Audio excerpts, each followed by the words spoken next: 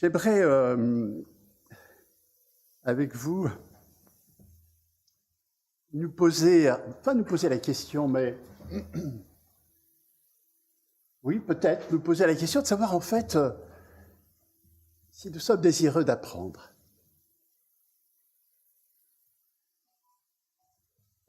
des choses nouvelles. Nous sommes désireux de grandir dans la connaissance du Seigneur, connaissance évidemment très, très pratique, il ne s'agit pas de théorie. Nous sommes appelés à ressembler à Jésus-Christ, n'est-ce pas? Et cette croissance, cette évolution se fait dans un apprentissage quotidien. Et le Seigneur Jésus nous conduit souvent dans des situations où nous sommes un peu obligés de sortir de ce que j'appellerais notre zone de confort pour pouvoir apprendre, pour pouvoir grandir. Et j'aimerais avec vous lire deux textes qui a priori n'ont pas de lien entre eux, mais je crois qu'ils en ont un, et je vous le dirai. En tout cas, c'est comme ça que je les lis. Et je vous invite à lire le premier texte qui s'affiche, du moins, je l'espère.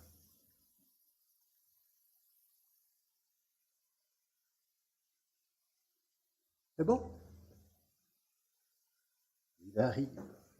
Oser sortir pour apprendre, c'est le thème de ma méditation ce matin, et c'est là où j'aimerais un peu vous entraîner ensemble. Premier texte se situe donc dans l'évangile de Matthieu, chapitre 14, verset 31. Texte que nous connaissons bien, texte que nous avons lu maintes fois et que nous relisons ce matin. À la 4e veille de la nuit, Jésus alla vers les disciples marchant sur la mer. Quand les disciples virent marcher sur la mer, ils furent troublés et dirent « C'est un fantôme !» Et dans leur crainte, ils poussèrent des cris. Jésus leur dit aussitôt « Rassurez-vous, c'est moi, n'ayez pas peur !» Pierre lui répondit « Seigneur, si c'est toi, ordonne que j'aille vers toi sur les eaux. » Et Jésus dit « Viens !» Pierre sortit de la barque et marcha sur les eaux pour aller vers Jésus. Mais, voyant que le vent était fort, il eut peur. Et comme il commençait à s'enfoncer, il s'écria « Seigneur, sauve-moi !»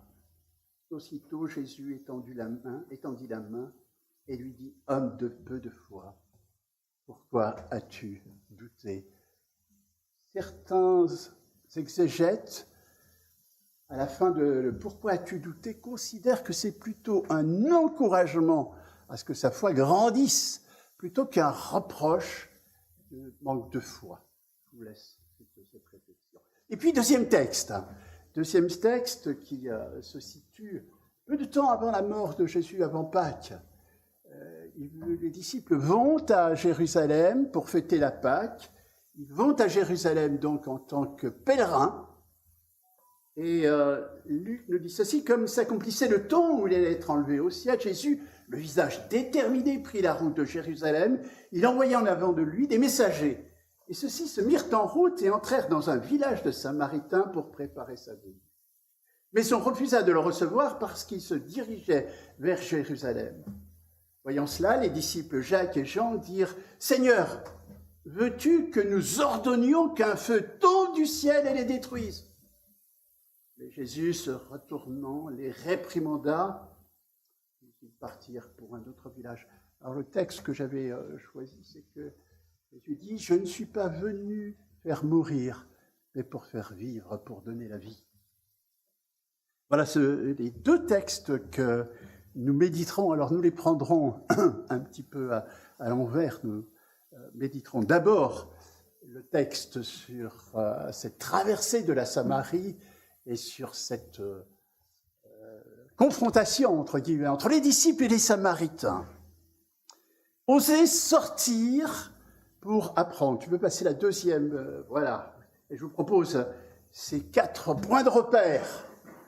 4 points de repère, comme ça vous savez, j'en suis, à quel moment vous allez pouvoir ouvrir les yeux pour pouvoir dire un amen fervent à la fin de mon sermon. Zone de confort, état des lieux, sortir la condition des disciples, mettre mis dehors par le Seigneur, oser prendre des risques. Le lien entre les deux textes, c'est que les liens entre les deux textes, Jésus fait sortir ses disciples et les fait sortir hors de leur zone de confort pour aller dans un endroit qui est hostile. Et on voit en fin de compte quelle est la réaction des disciples par rapport à cette hostilité. Lorsque tout à coup ils perdent leur point de repère, lorsqu'ils sont sortis de leur zone de confort. Et puis, deuxième texte, c'est Pierre qui marche sur les eaux. Et là, c'est Pierre lui-même qui prend l'initiative de sortir de sa zone de confort. Et comment, hein? On va le voir. Et je vous propose justement de méditer ces deux passages dans cet axe-là, dans cette perspective-là. Tout d'abord, donc, zone de confort est à des lieux. Vous aimez sortir de votre zone de confort?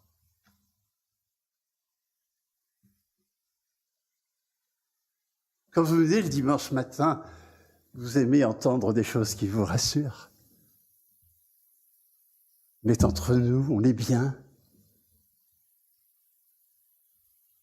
Est-ce que vous venez quelquefois au culte pour vous sentir bousculé? Bousculé non pas dans ce que vous savez déjà, mais peut-être dans ce que vous ne savez pas. Qui ne souhaite pas une vie calme, une vie sereine, une vie sans difficulté? Nous aimons tous vivre une vie tranquille, n'est-ce pas? Et c'est tout à fait légitime. Et heureusement que nous avons ces zones de confort où nous pouvons nous reposer, où nous pouvons nous ressourcer, goûter les bienfaits de la vie. C'est l'Ecclésiaste qui nous invite à profiter des moments simples de la vie. Bois, mange ton pain et bois ton vin gaiement. Dieu prend plaisir à ce que tu fais. C'est extraordinaire, ça. Hein? Si nous sommes amenés à profiter de ces temps et à remercier le Seigneur pour ses bienfaits, nous sommes appelés aussi à sortir de ces zones douillettes, soit en prenant l'initiative de nous-mêmes, soit conduits par le Seigneur lui-même. Quelques exemples de zones de confort, en tout cas des miennes. Le soir, lorsque je suis devant une série de télé passionnante, et que tout à coup le téléphone sonne.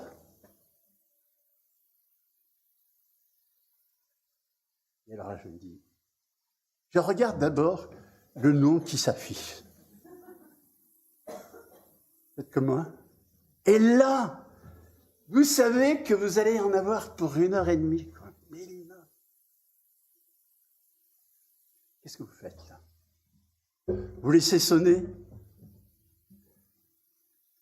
La zone de confort de mon père, c'était de regarder un match de foot avec devant lui sur la table, alors c'est une culture un petit peu différente de celle que vous connaissez, avec du pain et de l'huile d'olive. Et quand il était devant son match de foot, avec son assiette remplie de l'huile d'olive et du pain, je pouvais lui demander ce que je voulais. Papa, tu peux me prêter la voiture? Et si je rentre tard, ça te fait rien? Et là, il n'avait même pas entendu ce que je disais. Il me donnait son accord. Quelles sont vos zones de confort? Ce qui vous procure une certaine sécurité. Ces lieux où vous vous sentez bien, en paix. Vous avez vos points de repère qui vous rendent serein, sereine. Ces lieux ou ces espaces de vie que vous ne voulez pas quitter ou que vous quittez difficilement. Cette couette douillette que les ados raffolent. Passer toute une journée sous la couette en regardant des séries de Netflix.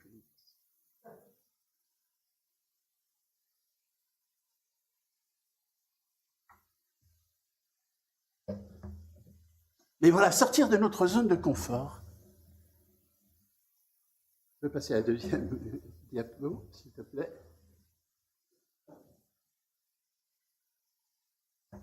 Sortir de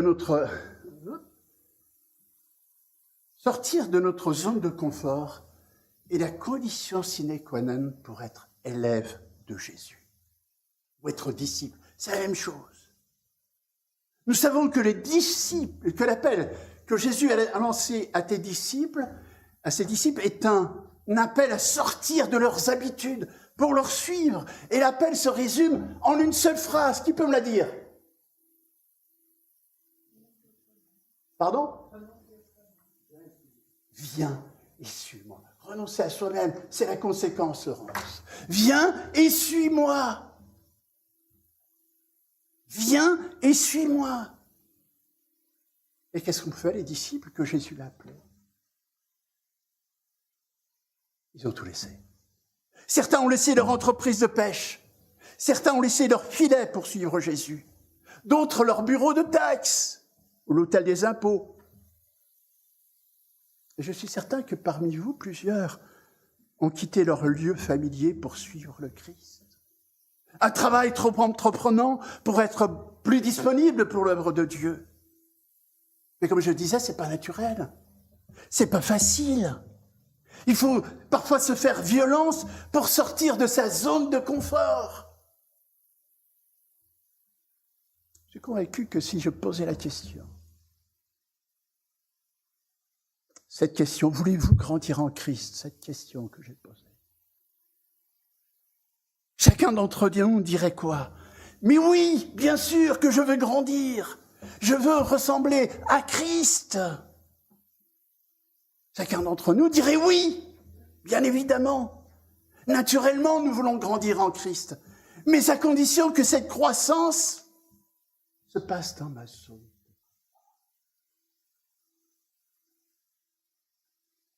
Je veux grandir, mais surtout pas être dérangé. Pour le dire de manière plus directe, sans que cela ne me coûte rien ou pas grand-chose. Sans prendre le moindre risque.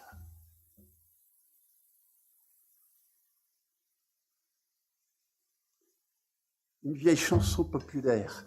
Alors je ne vous dirai pas le nom de la chanteuse, sinon je vivrai un moment d'immense solitude. Disait dans son refrain, tout le monde voudrait aller au ciel, mais personne ne veut mourir.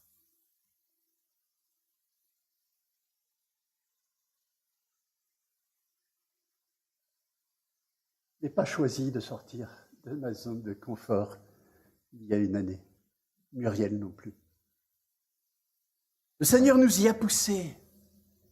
Pour quelle raison? Nous aider à grandir et nous aider à mieux le connaître. Je reviendrai.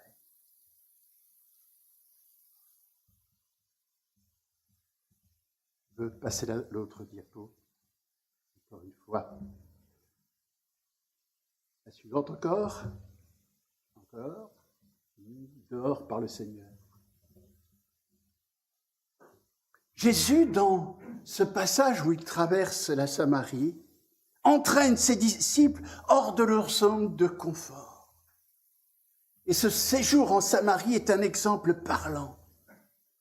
Comme je disais, Jésus et ses disciples se rendent à Jérusalem pour la Pâque. Ce n'est pas la première fois que Jésus se rend en Samarie, souvenez-vous, ce dialogue avec la Samaritaine. Mais là, il se rend en tant que pèlerin à Jérusalem. Et vous vous souvenez que les Samaritains ont un autre lieu de culte, le mont Garizim. C'est en fait un peu comme une provocation que Jésus, là, réalise avec ses disciples. Comment les Samaritains peuvent-ils accueillir des Juifs qui négligent leur propre lieu de culte? Quel est l'intérêt de Jésus à mettre ses disciples dans cette situation si inconfortable? C'est certainement pas le détour qu'impliquait l'évitement de la Samarie qui est en cause. Les kilomètres ne font pas peur à ces hommes habitués à battre la campagne. Il me semble que deux leçons ressortent du texte et qui s'appliquent à nous-mêmes ces deux leçons. Tout d'abord, pour apprendre à nous connaître nous-mêmes. Vous savez, quand nous avons nos lieux de repère bien connus, lorsque nous sommes en sécurité, nous réagissons par automatisme. Nous ne sommes pas poussés au-delà de nos limites. Et dans les situations extrêmes, nous nous révélons nous-mêmes, tels que nous sommes, réellement. Les disciples, et plus particulièrement Jacques et Jean, face à l'hostilité des Samaritains, expriment en fait toute leur haine, toute leur colère. Que veut-il faire des Samaritains? Passer au chalumeau. Il veut les brûler vifs. Attendez, moi, ce n'est pas du tout l'image que j'ai de Jean. Comment est-il connu, Jean? Comme étant l'apôtre de l'amour. Oh!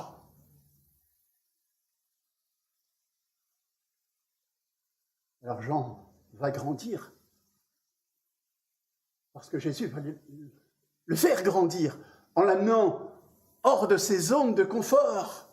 Mais là, il a juste envie de brûler les Samaritains. Mais un extrémiste, Jean.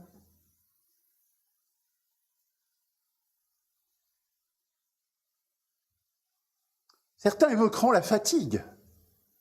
Parfois, effectivement, comme nous sommes amenés hors de nos zones de fait, c'est la fatigue, l'épuisement. Il n'y a pas si longtemps que cela, les disciples étaient envoyés en mission et ils ont rencontré, là encore, de la résistance, de l'hostilité, la tension. Mais je ne crois pas que cela soit la cause. C'est le tempérament profond qui ressort. Dans nos situations extrêmes, les digues ou les filtres qui ne sont pas trop sollicités, eh bien lorsque nous sommes hors de notre zone de confort, ces filtres et ces digues volent en éclats lorsque nous passons dans cette zone d'insécurité. Ce n'est pas pour rien que Jacques et Jean sont appelés fils du tonnerre. Fils du tonnerre. Je suis de cette descendance-là aussi.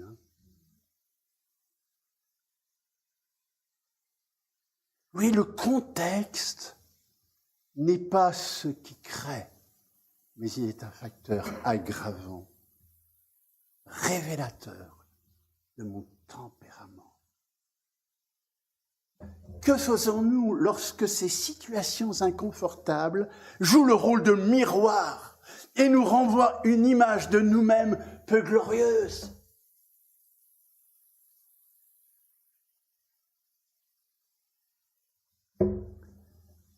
Guy Appéré, que certains d'entre vous ont connu, faisait des camps itinérants en Grèce ou en Turquie. Aussi, il y a des zones hors des zones de confort. Et il recommandait à ceux à ces couples qui envisageaient le mariage de faire ces camps avec lui pour mieux qu'ils se connaissent l'un et l'autre. Dans ces moments de fatigue, de long voyage, il n'y avait pas la clim à l'époque, il n'y avait rien on dormait ou on ne dormait pas. Et tout à coup, les caractères se révélaient, surtout en communauté. Et tout à coup, le fiancé, qui se révélait être quelqu'un d'extrêmement doux, se révélait être colérique. La fiancée, très amoureuse, envoyait son futur mari promener à tout bout de champ. Vous voyez? Alors, je ne sais pas s'il y a beaucoup de fiancés qui ont poursuivi leur projet. Il y a beaucoup d'exemples qui confirment cette évolution, cette révélation, des caractères. Souvenez-vous, Jonas, un prophète que Dieu a choisi. Il était placé hors de sa zone de confort. Et voilà que l'homme de Dieu se révèle dans ces moments-là d'un tempérament ombrageux, boudeur et haineux.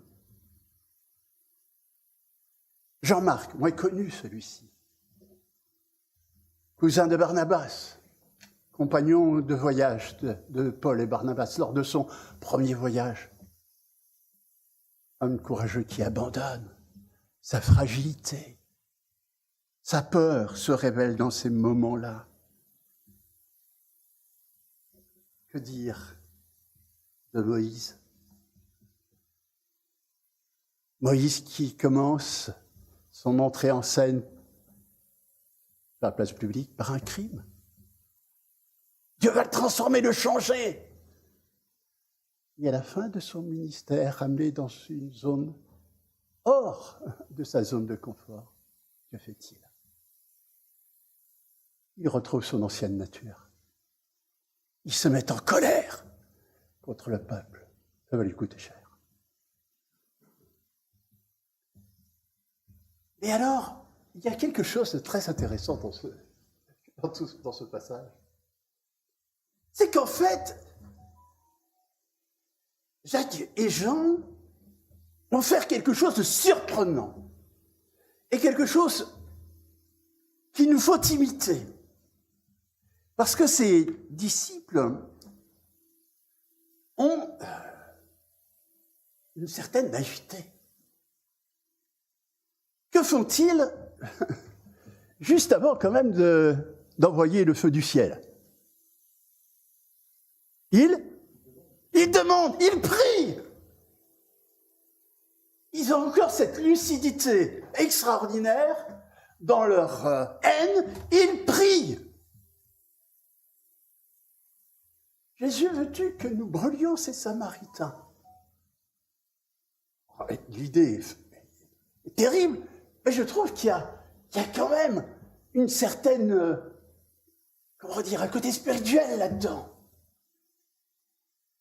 Veux-tu que... Et si nous envions autant, lorsque la colère tout à coup nous prend à l'égard d'un frère ou une sœur? Seigneur, veux-tu que je lui fiche mon poing sur la figure? Seigneur, veux-tu que je l'insulte?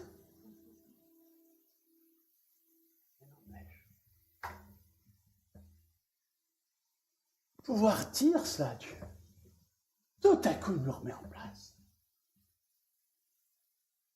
Tout à coup nous interpelle. Et oui, si avant de laisser éclater notre tempérament, nous demandions au Seigneur si nous pourrions le faire.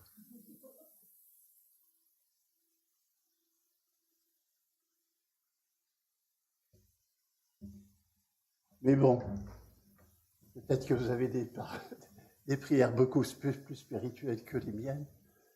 Mais je trouve intéressant. Et du coup, ça nous pose une question que l'on a souvent, peut-être quelquefois un peu méprisée. Que ferait Jésus dans cette situation-là? Que ferait Jésus dans cette situation-là? Elle est bateau, elle est tellement pertinente. Pertinente.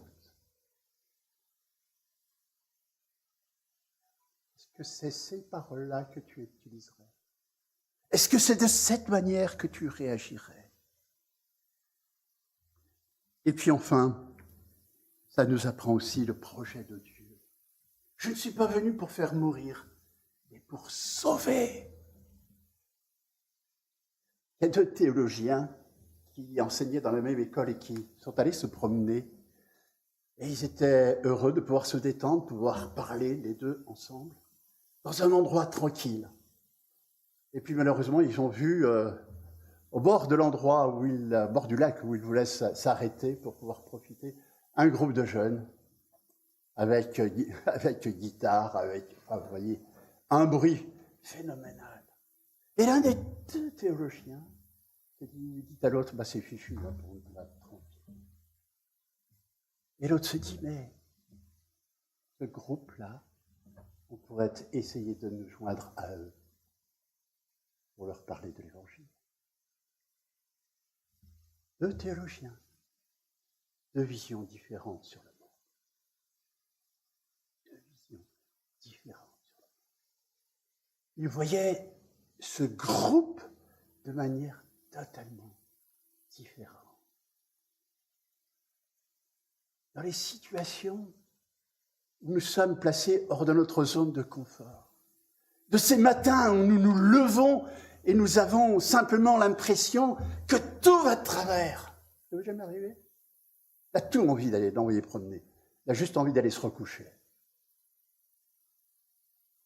Si nous disons, Seigneur, que veux-tu faire de cette journée qui part de travers? Seigneur, que veux-tu faire de cette journée qui semble être une journée pourrie du début à la fin? Voyez que le Seigneur est juste le Dieu de nos temps bons, ou est-il aussi le Dieu de notre temps? Est-il le Dieu souverain qui gère nos temps et notre contre-temps?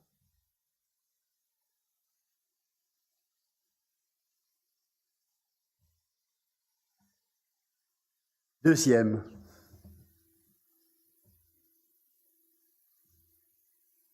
que révèle la manière dont je vis ces situations? C'est une question que l'on peut se poser.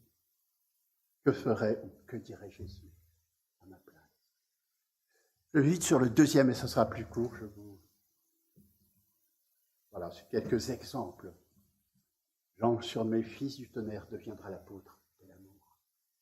Jean qui a su tellement se rapprocher de Jésus, tellement comprendre en fait qu'il n'était pas grand-chose sans l'amour de Jésus, a pu se décrire comme le disciple que Jésus est. On va encore plus loin, oser prendre des risques.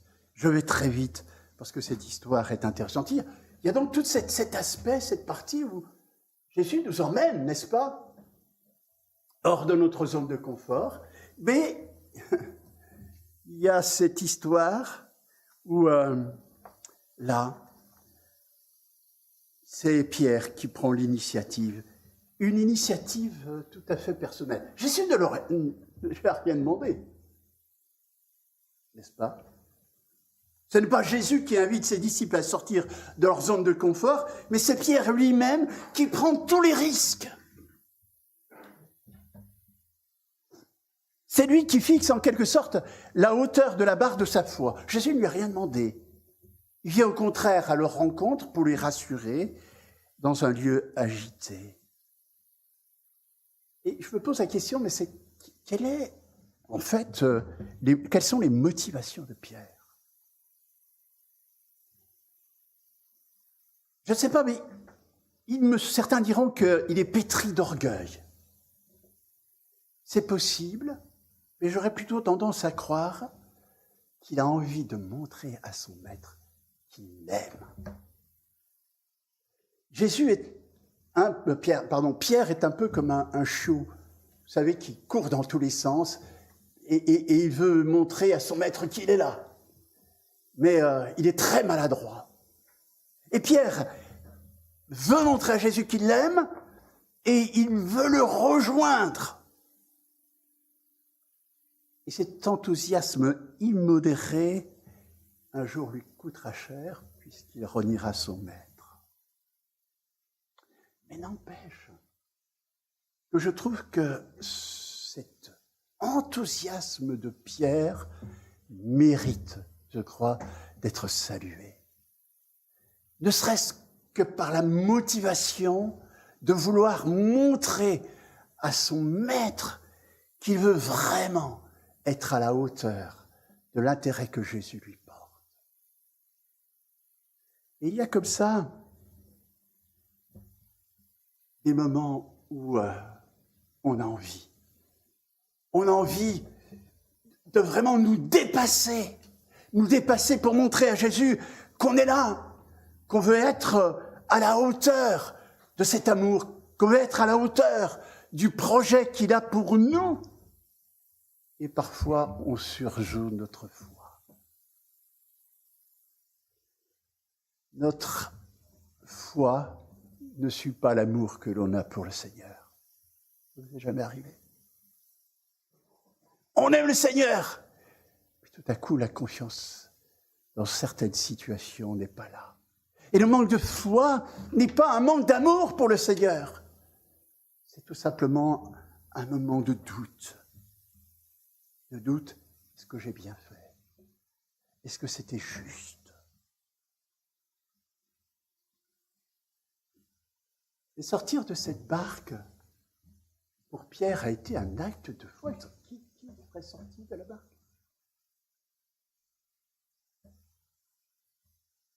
Pas moi.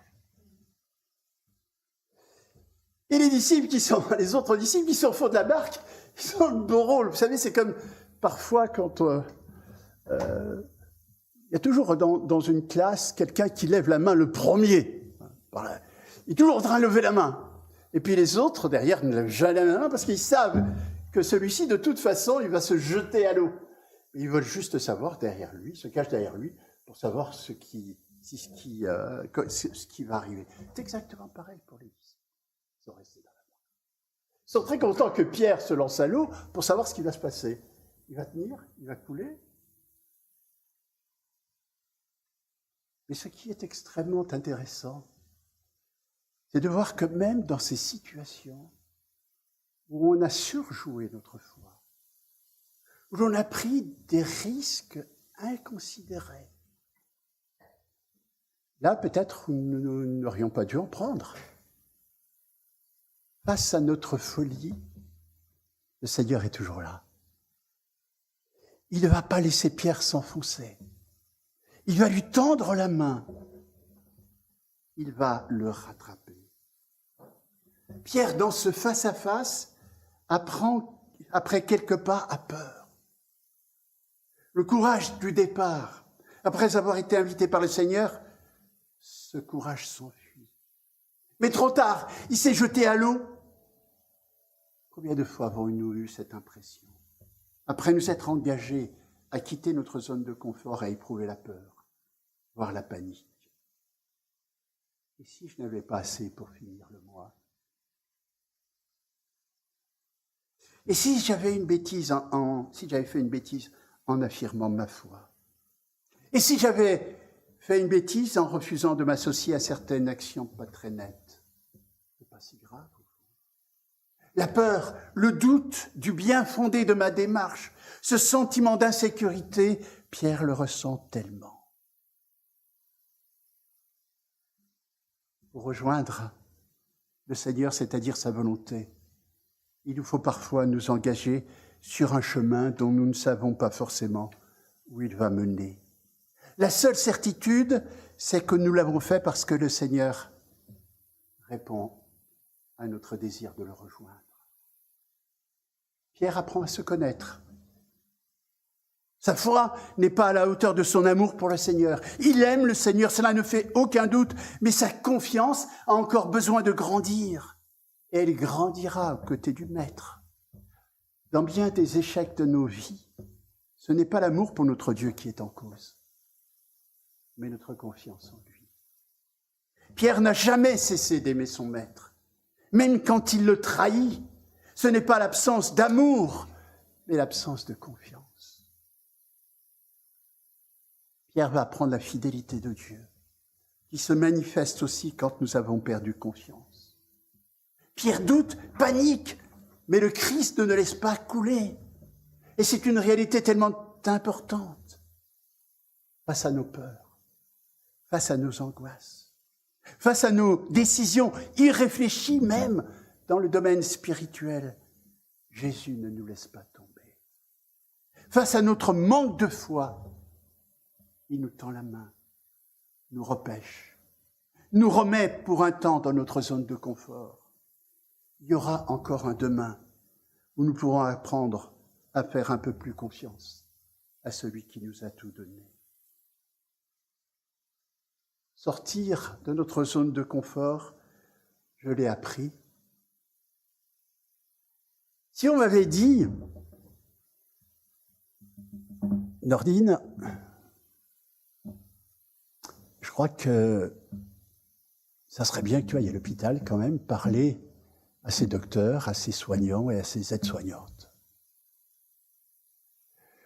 Que tu leur parles de la foi, de l'importance de la foi, et notamment dans ce domaine si particulier qu'est l'hôpital où la maladie, la souffrance et la mort sont les lieux communs. Qu'est-ce que j'aurais dit? Ok, Seigneur, je vais y aller. Mais d'abord, je vais aller voir Pedro. Je vais aller voir Pedro pour faire une petite formation quand même. Il a un peu plus d'expérience avec le milieu hospitalier que moi. Donc, je vais voir Pedro. Je lui dis, écoute, est-ce que tu as des choses à m'apprendre pour appréhender ce milieu hospitalier? Et en bon enseignant que Pedro est, il m'aurait briefé. J'aurais fait un PowerPoint super. J'aurais pris rendez-vous avec la personne chargée de ce genre de démarche. Et avec ma cravate, ma veste, mon PowerPoint et tout, j'y serais allé. Ok, Seigneur, je suis prêt. Il a dit, c'est pas comme ça que tu vas y aller. Tu vas y aller en malade. Tu vas y aller en mourant. Je ne sais pas si j'aurais dit ok. Je ne crois pas.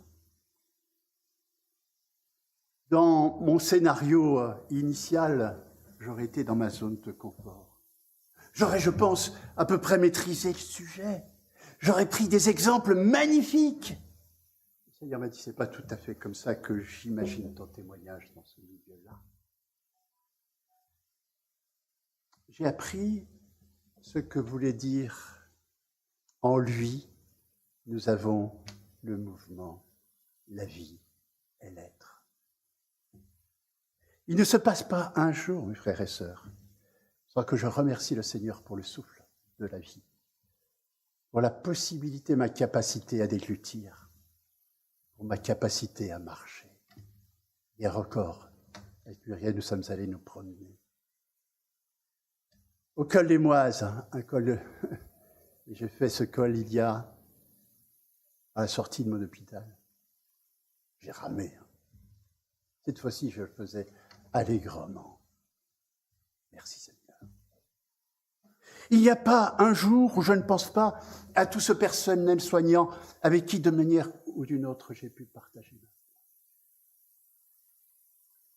J'ai aussi appris de manière extraordinaire ce que voulait dire faire partie de la famille de Dieu. À cause de vous. À cause de vous. Je crois n'être plus le même. Pas du tout le même. Après que le Seigneur m'ait appelé à sortir de ma zone de confort. Je crois que je lui ressemble un tout petit. Plus à lui. Puisse le Seigneur nous aider, lui remettre tous nos temps et nos contretemps pour grandir en lui.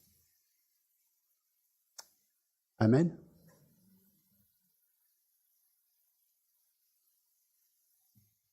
Prions.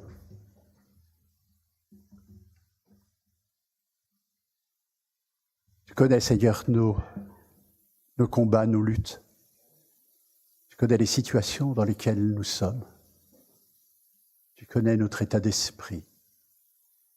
Je te prie, Seigneur, pour que ton Esprit Saint nous visite ce matin,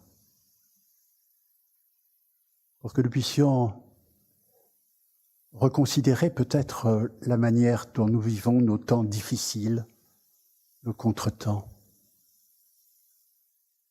Seigneur, viens nous apprendre à te faire confiance.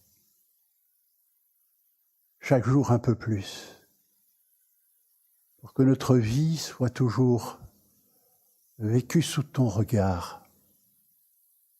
Aide-nous, Seigneur, à ne jamais perdre le fil de notre relation avec toi, qui ne soit jamais distendu, et que tous ces événements qui nous mettent hors de notre zone de confort contribue à nous rapprocher de toi, à décider de manière plus précise encore ce visage d'un Dieu d'amour et de grâce. Je te le demande en ton nom. Amen. Je vous invite